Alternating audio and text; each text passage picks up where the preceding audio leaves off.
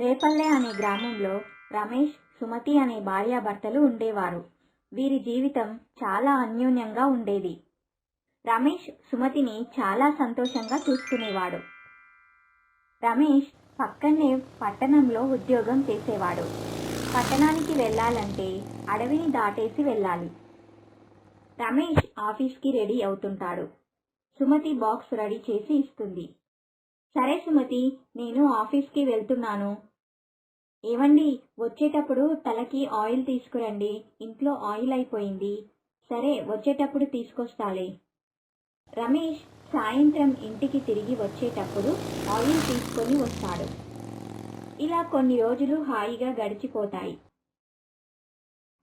సుమతి గర్భవతి అవుతుంది. ఒకరోజు రమేష్ ఆఫీస్కి వెళ్తాడు.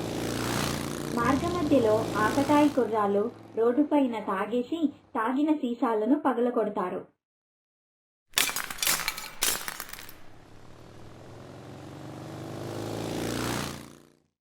ఆ రోజు సుమతికి పెయిన్స్ వస్తాయి.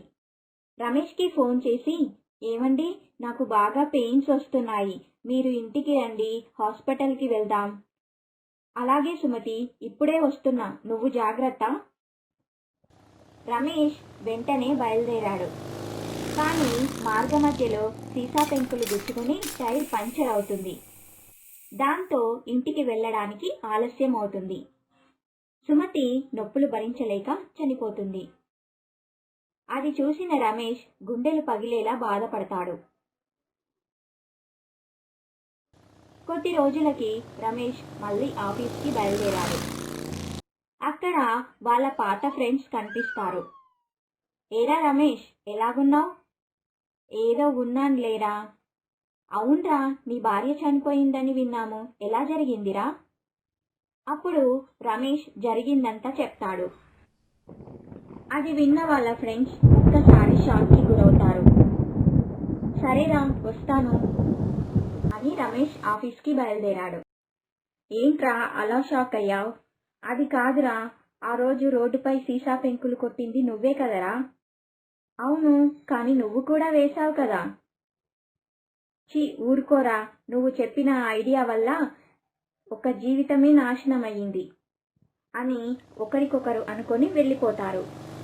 అలా వెళ్తూ, నేను చేసిన ఆ పని వల్ల ఎంత నష్టం జరిగింది, ఒక జీవితమే నాశనమయ్యింది.